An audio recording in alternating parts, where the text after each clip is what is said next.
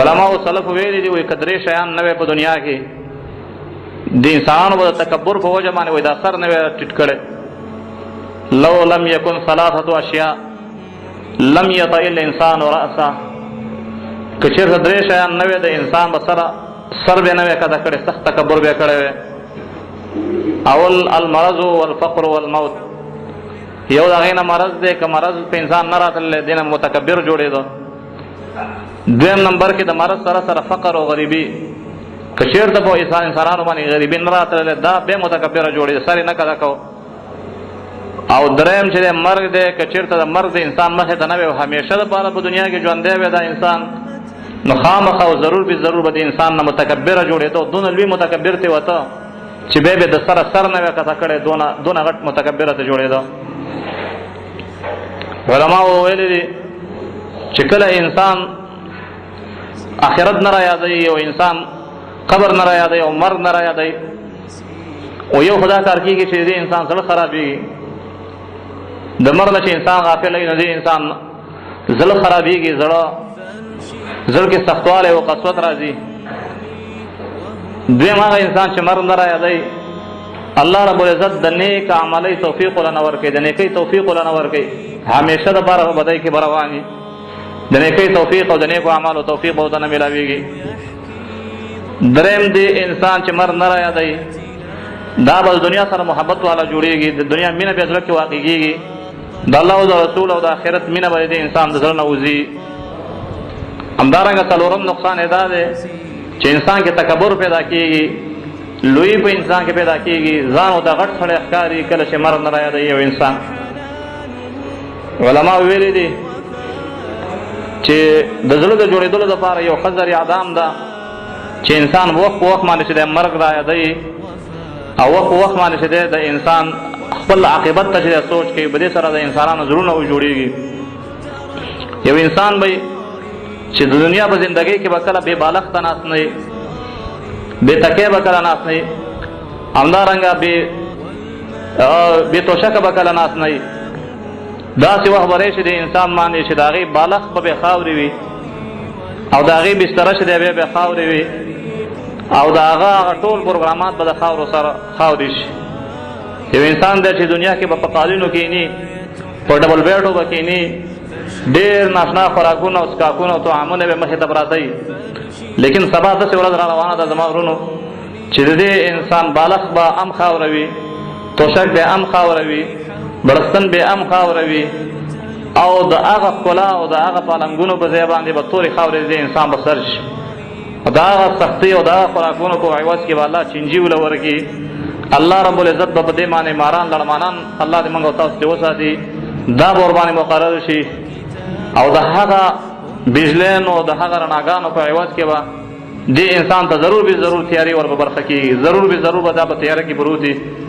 نو دا یو ډېره د فکر خبره ده، او دا ډېره زموږ او تاسو توجه خبره ده چې موږ او تاسو ټول توجه وکړو دې خبرو ته. الغرض چې دا زموږ او تاسو مخې ته یو غم را روان دی، د دې لپاره فکر وکړئ، غم وکړئ، فکر او غم پکار دی. که فکر او غم موږ او تاسو سره د دې خبرې پیدا نه شو نو هلاکېږو، تباه کېږو، بربادېږو، نه خلاصېږو. یو شي یو مصیبت چې د مخې ته را روان یو ضرور در باندې واقع کېږي. ناقلمن خلک هغه وي چې د مخکې د نه د هغې دپاره څه بندوبست او څه تیاری کول د هغو چې د مخې ته را کوي او تیاری ځان دپاره کوي. را به شو دې خبرې ته چې د مرګ یادول چې دا ډېره مهمه مسله ده. بیا به د دې مرګ لږ سختۍ ته راشو چې الله رب العزت موږ او تاسو باندې دا سختي مقرر کړې ده. حکمت مخکې ما بیان کړو الحمدلله والمنه چې دا سختي چې الله راوستې دا ظلم نه کوي الله، وما ربک بظلام للعبید. الله په خپلو بندګانو باندې د سره ظالم نه دی، ظلم نه کوي، تعدا نه کوي الله رب العزت. لیکن موږ مستحق دي دې سختۍ، دا زموږ په ګټه باندې ده، دا زموږ په فایده باندې ده چې موږ او تاسو باندې دا سختي او مشکل راشي. نبی کریم صلی الله علیه و آله وسلم ملګرو ته وفرمایل چې زما ملګرو استحیوا من الله حق الحیا، د الله نه رښتینو حیا وکړئ، رښتینې سره د الله نه حیاناک انسانان جوړ شي. قالوا یا رسول الله ان لنستحی من الله والحمد لله. اے د الله پیغمبر موږ خو د الله نه حیا والای، تا خو موږ ته د حیا درس راکړی دی، د الله نه د یېرې د الله نه د حیا کولو سبق خو تا موږ ته ښودلی د الله پیغمبره موږ د الله نه حیا والا انسانان یو د الله فضل دی او د الله شکر دی چې موږ د الله حیا والا انسانان پیدا کړي. د الله پیغمبر وفرمایل چې دغه حیا مې مقصد نه ده بلکې یو انسانان چې څوک غواړي چې ځان کې حیا راولي نو فلیحفظ الرأس وما حوا والبطن وما فلیحفظ الرأس وما وعا وليحفظ البطن وما حوا وليذكر الموت والبلا. که غواړي چې د حیا والا جوړ شي والله د حیا والا درکې حیا د الله نه پیدا شي درې کارونه ته وکړه. درې کارونه. اول کار دا وکړه چې ته د سر حفاظت وکړه او د سر کې چې کوم اندامونه دي غوږونه دي سترګې دي خوله ده د دې اندامونو حفاظت وکړه. دویم وليحفظ البطن وما حوا د خېټه حفاظت او خېټه کې چې کوم اندامونه مقصد فرج دی د دې خپل فرج حفاظت دی وکړه. او دریم چې حیا والا جوړیږي وليذكر الموت والبلا مر روایت ته ځان ته او په قبر کې هغه زړواله روایت کا چې زره زره به پروتي الته خاورې ایره بدنه جوړ شي اډوکی وډوکی بدنه جوړ شي اډوکی به دې مور پسې خاورې شي او دا خاوره به دې مور پسې خاورې شي ایره به شي ایره به دې مور پسې خاورې شي نشان به دې پاتې نشي نام او نشان به دې پاتې نشي د ښکلی مزیدار صورت او شکل چې دنیا کې موږ تاسو په هغې باندې فخر کوو چې هلکه زما ښایسته شکل دی او زه دونه ښایسته سړی یم او داسې ښایسته لباس لرم او خلک راته ګوره حیران دي داسې ناشنا بدن الله را کړی دی دغه بدن نه خلاصېږي دغه د په داسې حال باندې بدلېږي چې ډېران بدنه جوړ شي په قبر کې انسان چوي ودې قبر کې چینجي کوي هلته بي کوي هغه انسان ته وګورې یو انسان چې 3 ورځې په مخ د ځمکه باندې مړ پروت دي څونه بي کوي هلکه وایي زه دې خوښوئ سړی بي کوي جنازې ته هم خلک نه راځي وایي خلک دا تپوس کوي چې هلکه یو سړی دی چې بي کړی دی دې جنازه څنګه ده وایي دا مسلې موږ نه خلک تپوسي چې یو مسلمان دی مړ شوی دی پخوا 3-4 ورځې کېږي چې هغه مړ شوی دی بي کړی دی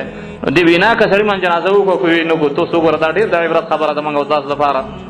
چې زموږ او تاسو د ښایسته خوشبو بدنونه او دا په داسې حال باندې بدلېږي چې هغه به موږ او تاسو نه بیږي بدبویه او خلکو ته ضرر ورکوونکي دي بي د انسان دپاره الله رب العزت خښول زموږ او تاسو ویلي دي زموږ او تاسو د عزت دپاره که یو هفته یو مړی په دې مخې د ځمکه باندې واچوه د مړ ته واچوه د یو هفتې بعد به دا انسان نه به وپېژني نه به له خواله ورشي او نه به چې دی تا د ډوډۍ خوند درکړي داسې حال کې به دا انسان به داسې حال سره مخامخ دا ښایسته خوبصورته انسان ښایسته شکل والا انسان دغسې حال زموږ او ستاسو را روان دي زما ورونو دا یو د عبرت خبره ده چې کوم انشاءالله العزیز دا د عبرت نه ډکه خبره ده او دا د عبرت نه ډکه خبره ده چې عبرت باید موږ او تاسو د دې خبرو نه والو د الله پیغمبر فرمایي چې وليذكر الموت والبلا مر رایات کا او زوړوالی به دې مر رایات کا دې قبر کې چې ته زړېږې دا رایات کا بیا فرمایو من اراد الاخرة ترک زینت الدنیا څوک چې آخرت اراده لري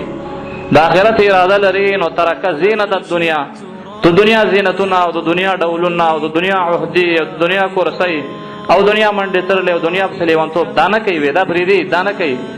ومن اراد الاخرة ترک زینت الدنیا نو د الله پیغمبر فرمایل که حیا والا جوړېږي نو د حیا د پیدا کولو طریقه هم دقه ده چې د الله پیغمبر فرمایي چې قبر را یاد کا وروره آخرت را یاد کا په قبر کې زړوالی را یاد کا عبدالله ابن عمر رضی الله تعالی عنه ارشاد فرمایلی دی چې اخذ رسول الله صلی الله علیه وسلم بمنکبي وایي د الله پیغمبر زما دا اوږه داسې ونیوله د الله پیغمبر ښایسته اخلاق والا انسان ډېر نرم انسان ډېر خوږ انسان الله رب العزت یو ناشنا شکل او صورت او اخلاق هغه له ورکړي وو چې ډېر ناشنا سړی وو هغه ډېر عزتمند سړی وو نو کله چې به یو چاله دغه ورکو تعلیم به ورکو یا به وله ګوته ونیوله داسې یا چې لاس به په ور واچو په دې اوږه باندې وله یا به دا اوږه وله داسې نیوله د الله پیغمبر د تعلیم ورکولو مختلفې طریقې وي وایي زما په دې عبدالله ابن عمر وایي زما په دې اوږه باندې لاس کې غوسته ویې فرمایل چې کن فی الدنیا کأنک غریب او عابر سبیل وایي دنیا کې داسې ژوند تېر کړه لکه څنګه چې ته مسافر او یا له لارې تېرېدونکی دغسې وخت تېر کړه دنیا کې داسې وخت تېر کړه لکه ته چې مسافر او داسې سړی لکه په لاره باندې چې ډېرېږي او روان خپل منزل ته عبدالله بن عمر به ویلي چې اذا اصبحت فلا تنتظر المساء واذا امسيت فلا تنتظر الصباح کله چې سبا کې نو ماښام هم مه کوه چې ماښام ته به ورسېږم او که نه د ماښام فکرونه مه کوه انتظار مه کوه د ماښام چې هلکه ماښام به شي په ما باندې د ماښام ډوډۍ به خورم او بیا به وده کېږم دونه فکر مه کوه زه قلبي يمي لك مشاعر